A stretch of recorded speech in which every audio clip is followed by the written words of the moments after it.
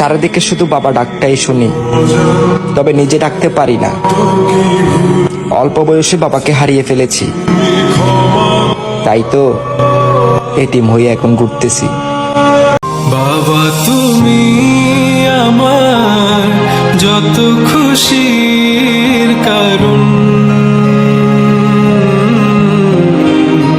বলো তোমার মতো করবে কে শাসন।